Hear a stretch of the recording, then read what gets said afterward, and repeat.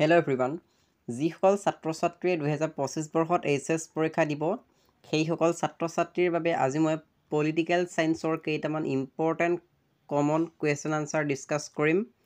আজিৰ ভিডিঅ'টো most important হ'বলৈ গৈ আছে কিয়নো আজি মই প্ৰিভিয়াছ ইয়েৰত এক্সামত অহা কমন কুৱেশ্যন আনচাৰ ডিছকাছ কৰিম।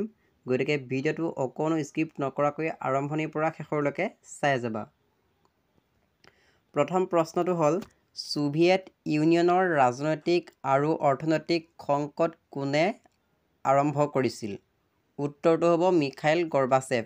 এইটো প্ৰশ্ন 2025 ফাইনেল পৰীক্ষাৰ বাবে বহুত গুৰুত্বপূৰ্ণ হয়। 2 নম্বৰ প্ৰশ্নটো হ'ল বাৰ্লিন দেৱাল কেতিয়া ভংগ হৈছিল? এইটোতো কমন কুৱেশ্যন হয়, ফাইনেল পৰীক্ষাত আহিয়ে থাকে বাৰে বাৰে। ইয়াৰ উত্তৰটো হ'ব 1989 চনত। আৰু বাৰ্লিন দেৱাল কেতিয়া নিৰ্মাণ হৈছিল সেইটো প্ৰশ্ন তোমালোকে ভালদৰে চাই যাবা। 3 নম্বৰ প্ৰশ্নটো হ'ল কোনখন ৰাষ্ট্ৰক দ্বিতীয় পতন বোলে? উত্তৰটো হ'ব ছোভিয়েট ইউনিয়ন বা ছোভিয়েট ৰাছিয়াক দ্বিতীয় বিশ্বৰ পতন বুলি কোৱা হয়। এইটো ফাইনেল পৰীক্ষাৰ বাবে বহুত গুৰুত্বপূৰ্ণ হয় 2025 বৰ্ষৰ পৰীক্ষাৰ কাৰণে। 4 নম্বৰ প্ৰশ্নটো হ'ল চীনে মুক্ত দুৱাৰ নীতি গ্ৰহণ কৰিছিল নে? উত্তৰটো হ'ব হয় কৰিছিল। এইটো বহুত গুৰুত্বপূৰ্ণ প্ৰশ্ন। মুক্ত দুৱাৰ নীতি কাক বোলে?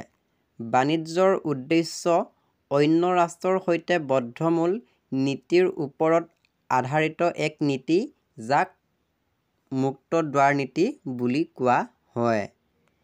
ভাৰত আছিয়ানৰ সদস্য ৰাষ্ট্ৰ হয়নে বা ভাৰত আছিয়ানৰ সদস্য হয়নে? উত্তৰটো হ'ব নহয়।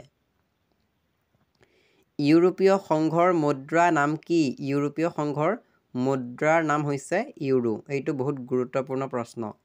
চীনৰ সাম্যবাদী বিপ্লৱৰ নেতা কোন আছিল? উত্তৰটো হ'ব মাও জে ডং।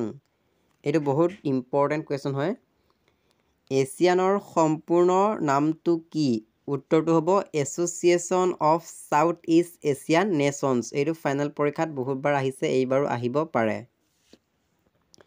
10 নম্বৰ প্ৰশ্নটো হ'ল WTO সম্পূৰ্ণ নামটো কি? উত্তৰটো হ'ব ৱৰ্ল্ড ট্ৰেড অৰ্গেনাইজেশ্যন।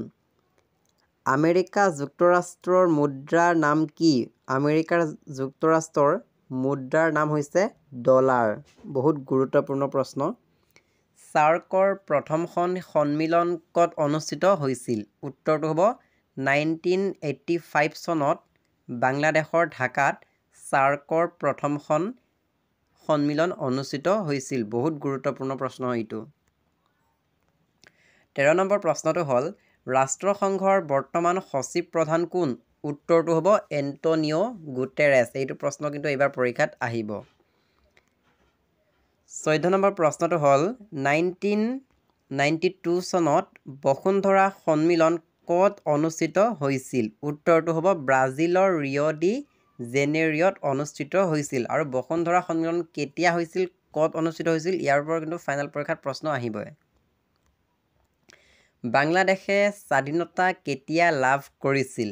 উত্তৰটো হ'ব 1971 চনৰ 26 মাৰ্চত বাংলাদেশে স্বাধীনতা লাভ কৰিছিল। বহুত গুৰুত্বপূৰ্ণ প্ৰশ্ন। ছোভিয়েট ইউনিয়নত কিমানখন ৰাষ্ট্ৰ গঠন হৈছিল? ছোভিয়েট ইউনিয়নত 15খন স্বাধীন ৰাষ্ট্ৰ গঠন হৈছিল। বহুত ইম্পৰ্টেণ্ট কুৱেশ্যন। কিমান চনত কিউবান ক্ষেপণাস্ত্ৰ সংকট হৈছিল? এইটো ফাইনেল পৰীক্ষাত বহুবাৰ আহিছে। উত্তৰটো হ'ব 1962 চনত কিউবান ক্ষেপণাস্ত্ৰ সংকট হৈছিল। 18 নম্বৰ প্ৰশ্নটো হ'ল সৰ্বাত্মক বিপ্লৱৰ নেতা কোন আছিল? উত্তৰটো হ'ব জয়প্ৰকাশ নাৰায়ণ। আৰু এইটো প্ৰশ্ন কিন্তু এইবাৰ অহা বহুত চান্স আছে। শেষৰ প্ৰশ্নটো হ'ল SEATO ছেটৰ সম্পূৰ্ণ ৰূপটো কি বা নামটো কি? উত্তৰটো হ'ব ছাউথ ইষ্ট এছিয়ান ট্ৰিয়েটি অৰ্গেনাইজেশ্যন, অৰ্থাৎ ছাউথ ইষ্ট এছিয়া ট্ৰিয়েটি অৰ্গেনাইজেশ্যন। এইটো হৈছে ছেটৰ সম্পূৰ্ণ নাম। আৰু যিমানবোৰ এনেকুৱা সম্পূৰ্ণ নাম আছে সেইবোৰ পৰীক্ষাত 2টা বা 3টা আহিব। সেয়েহে যিমানবোৰ আছে সকলোবোৰ তোমালোকে চাব লাগিব। এইকেইটাই আছিলে ইম্পৰ্টেণ্ট কমন কুৱেশ্যন আনচাৰ 1 নম্বৰীয়া। আৰু আগৰ ভিডিঅ'সমূহ যদি চোৱা নাই তোমালোকে চাই ল'বা। ইয়াৰ পৰৱৰ্তী ভিডিঅ' তোমালোকক কিহৰ ভিডিঅ' লাগে কমেণ্ট কৰি জনাবা। তোমালোকৰ কমেণ্ট অনুসৰি মই ভিডিঅ' লৈ আহিছোঁ। বহুতে কৈ আছিলে যে পলিটিকেল চায়েন্সৰ কমন কুৱেশ্যন আনচাৰ লাগে, এইকেইটা কমন কুৱেশ্যন আনচাৰ লৈ আহিছোঁ। বাকী ভিডিঅ'বোৰ চাবা আৰু লং কুৱেশ্যন যদি লাগে কমেণ্ট বক্সত কমেণ্ট কৰি জনাবা। মই পিছৰ ভিডিঅ'ত মই লং কুৱেশ্যন লৈ আহিম। আৰু জিঅ'গ্ৰাফী কুৱেশ্যন আনচাৰ বহুতে বিচাৰি আছে, যদিহে জিঅ'গ্ৰাফী কুৱেশ্যন আনচাৰ লাগে কমেণ্ট কৰি জনোৱা। মই অতি সোনকালে তোমালোকৰ মাজলৈ জিঅ'গ্ৰাফী কমন কুৱেশ্যন আনচাৰসমূহ লৈ আহিম।